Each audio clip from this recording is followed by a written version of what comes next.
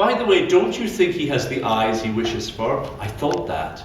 This guy has this wish that he has the eyes of his mother, and he doesn't know that he has them. This is like a very direct and easy way to see the proof of this exercise. He does have the eyes of his mother, but he doesn't know that. He just wishes he did. Look into his eyes the next time. So, right, I think transsexuals, I don't know a lot of transsexuals, although it was one of the reasons I took this job, because people who do my profession work with transsexuals a lot. Because a transsexual, you may not even think about it, but they've got to do a lot of changes, in physical changes, but also vocal changes. So they've got to find a new voice, a new register that matches the new gender, because they want to be fully that gender. So I think the transsexual is a tremendous symbol of the best of humanity, because always something getting in my way, isn't there? And it's on my own phone, so I can't blame you. But this, the transsexual, you know, all of us want to try and be what we are, but who'll go to that lengths? If you feel you're the other gender, imagine having to do that, having to create another gender for yourself to match who you feel on the inside. If only you and I would do 1% of that, we would get very far. They'd take a new body, a new voice, a new dress, everything. What amazing heroes of humanity, and all the time other people laugh at them and think, oh, they're some sort of drag queens, or you know what I mean? They're laughed at or regarded as different and odd and funny, when in fact they're leaders of humanity, willing to do what we only dream of doing, be who they are, at any cost. So let's get to the story of this is a transsexual. When you think of a transsexual, you're probably thinking of a man who becomes a woman. But no, this is a woman who becomes a man, for a start. And this person lives in Spain, in the Extremadura region of Spain. It's a pretty rural region. But anyway, transsexual, had the operation, looks pretty good as a man, not a very handsome man, but really does look like a man. I just say that from the photographs. And very happy, has a fiancée, a woman, going to get married. But only one problem, he's a Catholic, and he likes his Catholic faith a lot. Spanish people are quite Catholic, even more than the French, much more than the French actually. You're all Catholic by name, but they actually practice a lot more. So he goes to the church, and he just wants to be accepted as the new person he has become. And of course he isn't accepted, because they're also very right-wing and conservative and traditional, the Catholic Church in Spain. So they don't accept him, and in fact his parish priest tells him that he is the devil's daughter. The devil's daughter. That's what the priest tells him. So he thinks about this for a while, he's quite hurt, and he thinks he's watching this new pope, and like me, he realizes this is a different type of pope. Because, for instance, when the Pope was asked about some gay person working at the Vatican, instead of shying away, he said, who am I to judge? If somebody's trying to follow God, who am I to judge them? So it's the first time a Pope ever asked a question. And you know how I like questions, not answers? He answered a question with a very important question. He said, it's not my place to judge. It sounds more like Jesus, actually, than a Pope that would answer like this. But anyway, so this Pope, what else does he say? Oh yeah, so the man, I must learn the name of the transsexual, I don't know the name. The man decides, I'll write to the Pope. I will write to the Pope, because he seems to think and talk differently to all these priests in Spain. Maybe he'll understand me. So he writes to the Pope, but he gets no answer. 2 weeks pass, a month pass, he gets no answer. But then one day, he's in the kitchen and the phone rings. And it is the Pope on the phone. Hello, I got your letter. It's very interesting.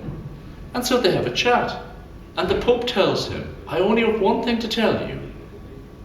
You are God's son as he made you now. He loves you as you are now. And of course he's very, very stunned, shocked, amazed. The Pope rings him in his kitchen. So that's fine, and 2 weeks go by. The phone rings again. It's the Pope again. The Pope, by the way, always rings people himself. He rang, when he came to Rome, he rang his newspaper man at the little kiosk in Buenos Aires and said, look, I'm sorry, I'm not going to be back. They're keeping me here. But I really want to say thanks for all the lovely days and chats we had, and go home and tell your wife that I said goodbye to her. I won't get back to Argentina for years now, but I will miss all of you. The Pope rang up the newspaper man. So he rings again. He said, hello, I really enjoyed our chat 2 weeks ago. I was thinking about it, it's very interesting.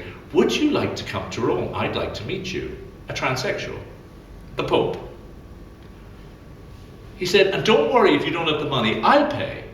I can afford to pay for you to come, and bring your fiancé with you. So the transsexual, this all happened in February, the 25th of February. The transsexual and his fiancé went to Rome and met the Pope. And he had one question for the Pope. You know, he was thinking about, imagine you don't get a chance to ask a question of the Pope or the President of America.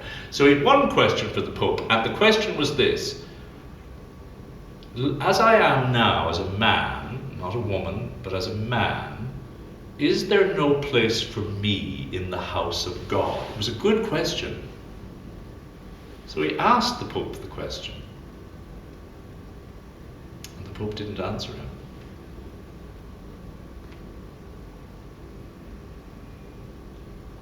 Well, he didn't answer him, but he did answer him by not answering him. Because all he did was go over to him and give him a big, warm hug and hold him for a long time in his arms and said nothing. And then they talked about something else. And he had received his answer. The Pope of Rome held him in his arms. The Pope, mind you, I wrote about this in Facebook because I went on Yahoo or somewhere. I wanted to share it, and I wanted to look for a picture, not of this man, but a picture of the Pope maybe hugging someone. And I thought, you know, the Pope never hugs people. John Paul used to kiss the ground of new countries he visited, but they never hug people. So I thought, oh, maybe I'll find a picture of him hugging people. There are hundreds of pictures. The Pope hugs everyone. He hugs the ugliest person and the most difficult person, and if there's somebody, like there was this man with this terrible disease and his whole face is all like the elephant man, and the Pope will head straight for him and hug him and kiss him. This Pope is not like any other Pope there has ever been. You just look up Pope Francis hugging. He hugs everybody. So that's the revolutionary. A revolutionary. Never happened before. Not a revolutionary, although he is revolutionary. He's bringing out his first encyclical on the world, on the environment, and he's telling us that you're slapping nature in the face. That's what he says. We're slapping nature in the face, doing what we're doing today. He's very much like an old grandfather. He'd say anything. When he was with a group of women in baptisms in the Sistine Chapel, he told them, breastfeed your children, he says. I'm going to baptize them. But for God's sake, don't have them hungry just because you're here in this beautiful church. If you want to breastfeed your children here and now, do, please. You're their mother, and that comes first, even before this baptism. That's the way he talks. He's incredible.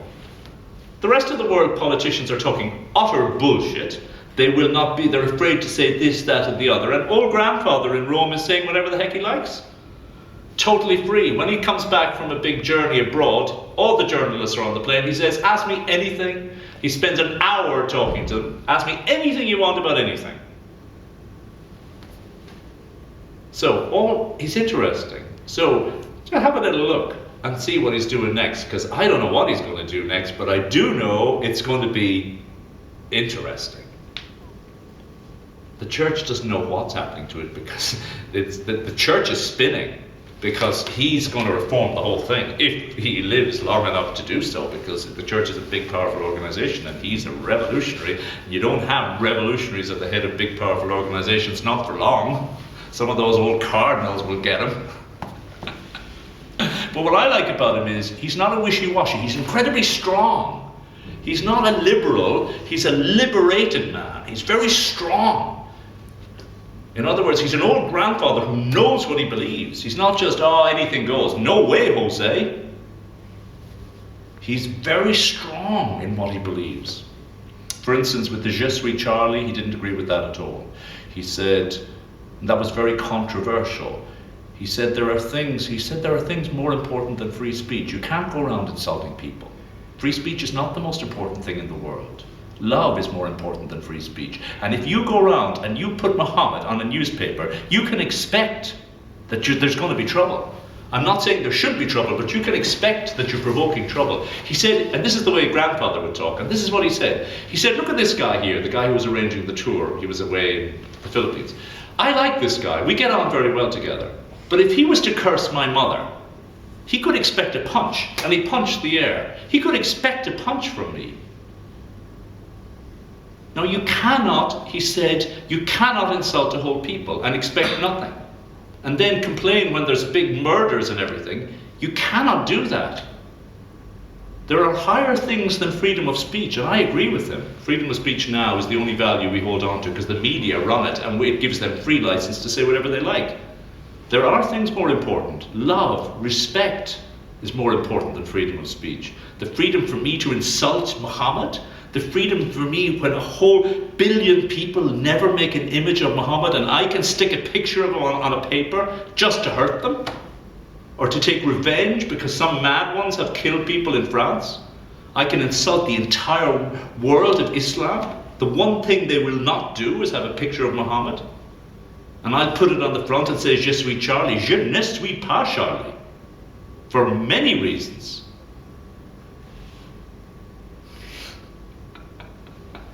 So, long live Muhammad and long live Pope Francis. That's what I say. Now you can turn that off. Oh, song. I want us to finish with the song and then we finish. Okay, it's only one verse. I didn't sing it for you before, did I? It's a song I learned from my mother years ago. And in many ways, it sums up everything that I'd like to share with you as far as this whole public speaking business is concerned. It's an old song. You ready? Walk tall, walk straight and look the whole world in the eye. That's what my mama told me when I was about knee-high. She said, son, be a proud man and hold your head up high. Walk tall, walk straight, look the whole world in the eye.